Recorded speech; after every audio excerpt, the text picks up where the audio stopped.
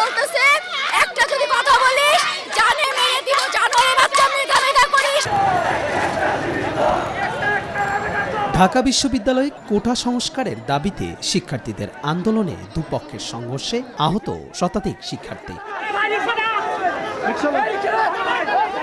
বিকেল 5:30 নাগাদ শহীদুল্লাহ হলের সামনে থেকে ঢাকা মেডিকেল কলেজের সামনের এলাকায় দুপক্ষের ধাওয়া পাল্টা ধাওয়া চলে। এ সংঘর্ষে এখন পর্যন্ত 200-রও বেশি শিক্ষার্থী আহত হয়েছে বলে দাবি করেছেন বৈষম্য বিরোধী ছাত্র আন্দোলনের আন্দোলনকারীরা। আমরা আমাদের শান্তিপূর্ণ মিছিল করতেছি, কিন্তু ওরা উপর থেকে আমাদের ইট মারে।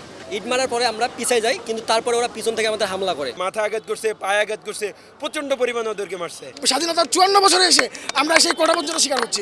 হামলার সময় তাদের হাতে রড, লাঠি, হকি স্টিক দেখা যায় এবং এ সময় বাতাসের বেগে ইটপাটকেল নিক্ষেপ করে দুপক্ষের সংঘর্ষকারীরা। এতে একের পর এক আহত শিক্ষার্থী ছোটেন ঢাকা মেডিকেলের জরুরি বিভাগে চিকিৎসা নিতে। ঢাকা মেডিকেলের ভিতরেও হয় হামলা, এতে আহত হন চিকিৎসা নিতে আসা এক রোগী। মেডিকেলে ঢুকার লগে লগে বলতেছে আমি নাকি বুঝি ওদের ছাত্রলীগের সহযোগিতা।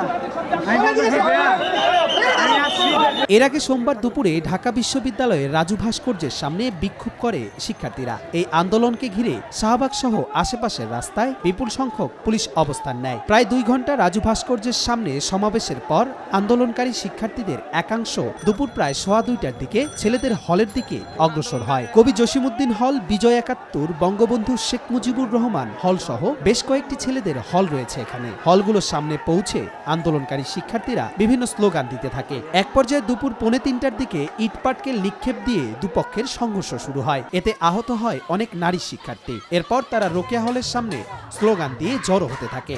তারা পায়ের মধ্যে বাড়ি মারে মারে শোয়ায় শোয়ায় পিটাইছে, ইট ছুঁড়ে মারছে। ওরা বস্তা করে ইট নিয়ে আসছে, ইট পাটকেল ছুঁড়ে ছুঁড়ে মারছে। এইখানে ছুরি ধরে বলতেছে একটা যদি কথা বলিস জানে মেরে দিব, জানোয়ারের বাচ্চা মেধা মেধা করিস। ক্যাম্পাসে ঢোকাই নিয়ে আসছে, ঢোকাই নিয়ে এসে আমাদের মেয়েদেরকে মারছে। আমাদের কয়েকজন বোন হাসপাতালে, আমরা এর বিচার চাই।